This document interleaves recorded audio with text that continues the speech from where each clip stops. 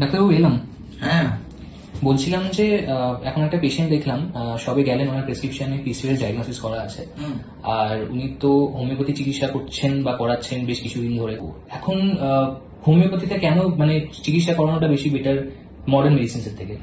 আচ্ছা দেখো, মডার্ন মেডিসিনের ক্ষেত্রে কি হয়, পিসিওএস এর চিকিৎসায় একমাত্র ওষুধ যেটা ওরা দিয়ে থাকে মডার্ন মেডিসিনে, সেটা হচ্ছে কন্ট্রাসেপটিভ পিলস।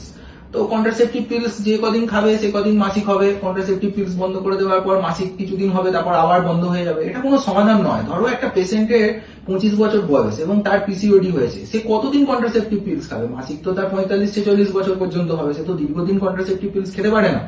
তো হোমিওপ্যাথি হচ্ছে একটা ন্যাচারাল পদ্ধতি, যে পদ্ধতিতে ওষুধ খেলে পরে এই পিসিওসিসটা পুরোপুরি ভালো হয়ে যেতে পারে, যদি পেশেন্ট চায়। পেশেন্ট যদি তার লাইফস্টাইলের পরিবর্তন ঘটায়, ন্যাচারাল খাবার খায় এবং ওয়েট লস করে, ব্যায়াম বা এক্সারসাইজ করতে থাকে, তার সঙ্গে যদি হোমিওপ্যাথিক মেডিসিন সে খেতে থাকে, তাহলে এই পিসিওএসটাকে সম্পূর্ণ সারিয়ে তোলা সম্ভব।